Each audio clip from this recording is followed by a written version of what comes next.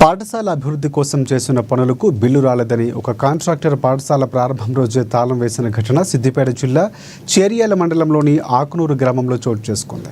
మండలంలోని ఆకునూరు గ్రామ జిల్లా పరిషత్ ఉన్నత పాఠశాల జడ్పీహెచ్ఎస్లో గత 2 సంవత్సరాల క్రితం పాఠశాల అభివృద్ధికి మన ఊరి మనబడి నిధుల కింద నూతన డైనింగ్ హాల్ అలాగే టైల్స్ ఎలక్ట్రీషియన్ వర్క్ చేశారు.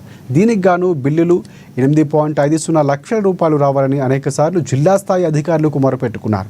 బిల్లులు మంజూరు చేయలేదని, అధికారులు నిర్లక్ష్యంతోనే చేసిన అప్పులు తీర్చలేక ఆత్మహత్య చేసుకునే పరిస్థితి ఉందని మాజీ ఎస్ఎంసీ చైర్మన్ అలాగే కాంట్రాక్టర్ కోతి దాసు వాపోయారు.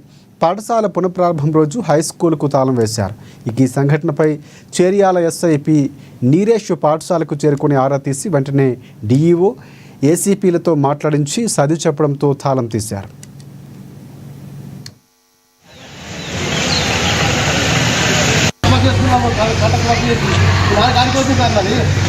ఊళ్ళో మొక్కలు కూడా అయిపోయింది. డబ్బులు ఇచ్చినాను, డబ్బులు ఇవ్వాలి. నాకు పరువుగా ఉన్నా మళ్ళీ డబ్బులు ఇవ్వదు నాకు బ్రేన్ చేస్తుంది. ఏం కావాలి, పరిస్థితి ఏం కావాలి?